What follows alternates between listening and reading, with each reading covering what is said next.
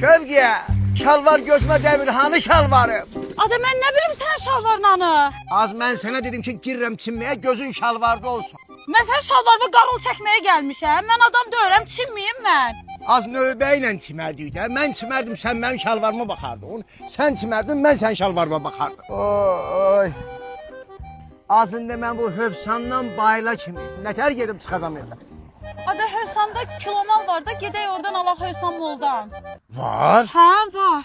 Və var, sən niyə səsini çıxartmırsan? Hadi Ha, gedək. sən zəlil olasan. Öz işimin oduyla alışıldı. Necədir, xoşuma gəlir? Bu qəşəngdir, xoşuma gəldi, qəşəngdir. Materialı da yaxşı deyib, pambıq deyib. Çox qəşəngdir. Mənə bax, gəl bunun başqa çeşidlərini də götürək. Onsuz da qabaqda dəhşət istilər var, mənim də paltarımı tez doğrayırlar. Mən üçün şalvar da götürək, mən üşüyürəm axı. Bir imkan ver, mən də özümə bir şey baxım da. Gidişlə özümü bəhtəvər sanıram.